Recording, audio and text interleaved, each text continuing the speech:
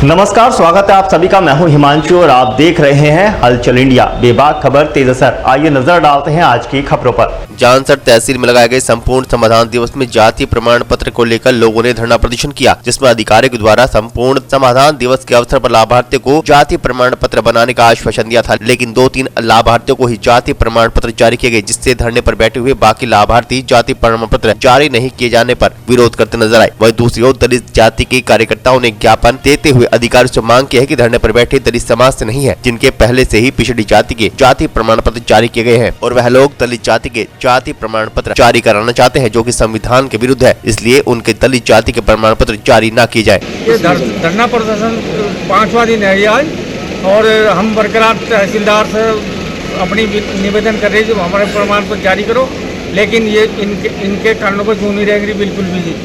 और ठंड में हमारे बच्चे, महिलाएं, सब बड़े बुजुर्ग सभी यहाँ धरने पर डटे हुए हैं।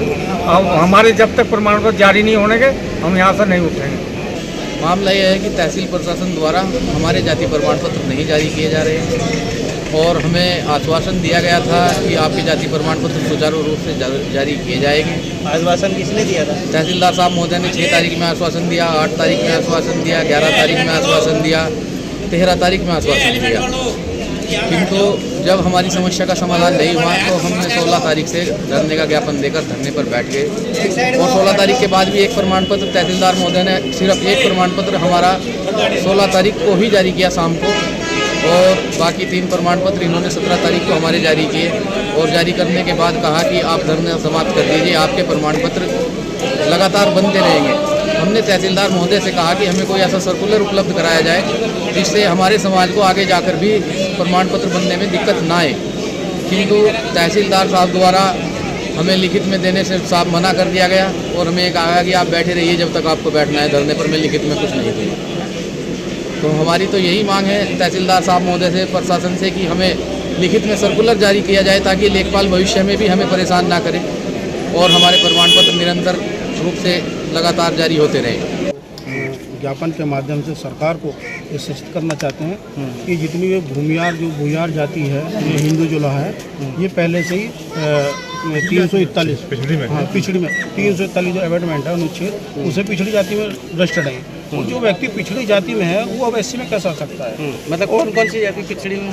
देखिए, भुइयार है और हिंदू जोल्हा है, कबीरपंथी है, ये हरियाणा, पंजाब और उत्तर प्रदेश में पिछड़ी जाति में है। तो उत्तर प्रदेश में पिछड़ी जाति वालों को एससी का सर्टिफिकेट कैसे जारी कर रहे हैं लोग? गलत चीज़ है। तो जैसे जो आपने ये बात बताई है कि ये गलत सर्टिफिकेट जारी हो रहे हैं, पहले भी हुए हैं शायद, क्योंकि 2019 से इन लोगों का कहना है, ये लोग बैठे हैं, ये शायद वही समाज है भुइयार। पहले धनकर 17 पिछड़ी जातियों का था मामला, पहले भी सरकार ने नहीं, सरकार को कोई राइट नहीं है। एक मिनट, हम जो बात कर रहे हैं धरने की बात कर रहे हैं, भैया कह रहे हैं कि भुइयार और कोरी समाज जो है ये पिछड़ी में है, तो उसी पे बात कर रहे हैं, धनगर की बात नहीं कर रहे हैं। तो भुइयार कोरी आप कह रहे हैं पिछड़ी जाति में है ना, तो वो कह रहे हैं कि हम एससी जाति में हैं, भुइयार और कोरी, आप पिछड़ी जाति में हैं। तो जो आपने ज्ञापन दिया है, क्या उसका कुछ साक्ष्य, शासनादेश कुछ ऐसा है कि लोग पिछड़ी जाति में उत्तर प्रदेश में?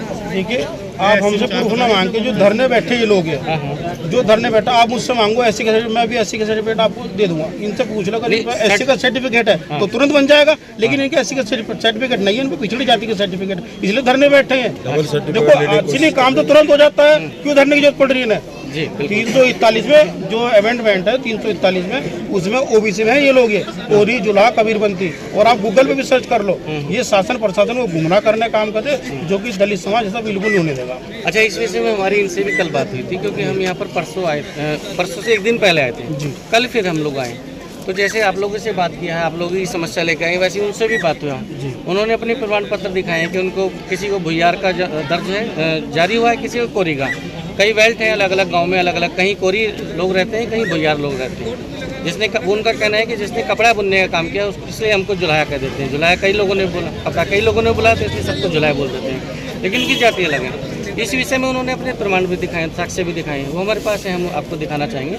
और जो आप बता रहे हैं कि ये लोग पिछड़ेंगे, उसका कुछ साक्ष्य आप अगर दिखा सकते हैं तो ज़्यादा बेहतर रहेगा ये स्थिति, क्योंकि ये स्थिति जब मैसेज जाएगा, जैसे ये चीज़ें तहसीलदार के पास भी जाएंगी, जो प्रशासनिक ऑफिसर है उनके पास भी जाएंगी, तो सिर्फ कहने से, ज्ञापन से फिर आपका पक्ष कमजोर पड़ जाएगा। तो इसमें कुछ ऐसा दस्तावेज आप जुटाएं ताकि ये स्थिति समाधान हो। हम कानून को मानने वाले व्यक्ति हैं, हम कभी निराधार बात नहीं करते। देखो, धरने की पड़ती जरूरत किसे पड़ती है? जिसका काम ना हुआ हो। बिल्कुल ठीक है, इनका पिछड़ी जाति का बना हुआ है। मैं आपको बता देता हूँ कि जिला मुजफ्फरनगर में दीप्ति पाल, मुझे सुन लीजिए, दीप्ति पाल कोरी समाज का सर्टिफिकेट बनाया था, जिसको इलाहाबाद हाई कोर्ट ने और मुजफ्फरनगर कोर्ट ने खारिज कर दिया था, उसकी सदस्यता भी समाप्त हो गई थी। दीप्ति पाल कौन जाति से है? दीप्ति पाल गडरिया है। हाँ, तो गडरिया पिछड़ी जाति में है ना। हाँ। तो उसका सर्टिफिकेट एससी का बन गया था। किसने बनाया था? तहसीलदार, यही तो बैठे हैं डीएम साहब वगैरह, मैंने तो नहीं बनाया। तो जब से संविधान से गलत बनाया ना, तो ये लोग भी गलत ही काम कर रहे हैं और हम गलत के खिलाफ जाने का काम करते हैं। तो हम कानून को मानने वाले लोग। अच्छा, जो आप बता रहे हैं वो गडरिया जो है ओबीसी में आता है, ओबीसी में आता है, बन गया एससी का जी। तो ये गलती तो संबंधित लेखपाल की है कि उसने जांच नहीं की, इसलिए वो निरस्त भी हुआ और शायद जांच तो करते हैं सर, पैसा लेकर हो जाता है ना, प्रशासन काम करता है। उसने एससी के उस पे चुनाव लड़ा था। क्या कुछ कहना चाहते? वक्त हो चला है आप सविता लेने का। कल फिर होंगे हाजिर कुछ नई और ताज़ा खबरों के साथ। तब तक के लिए दीजिए हमें इजाजत। नमस्कार। देखते रहिए हलचल इंडिया, बेबाक खबर तेज असर।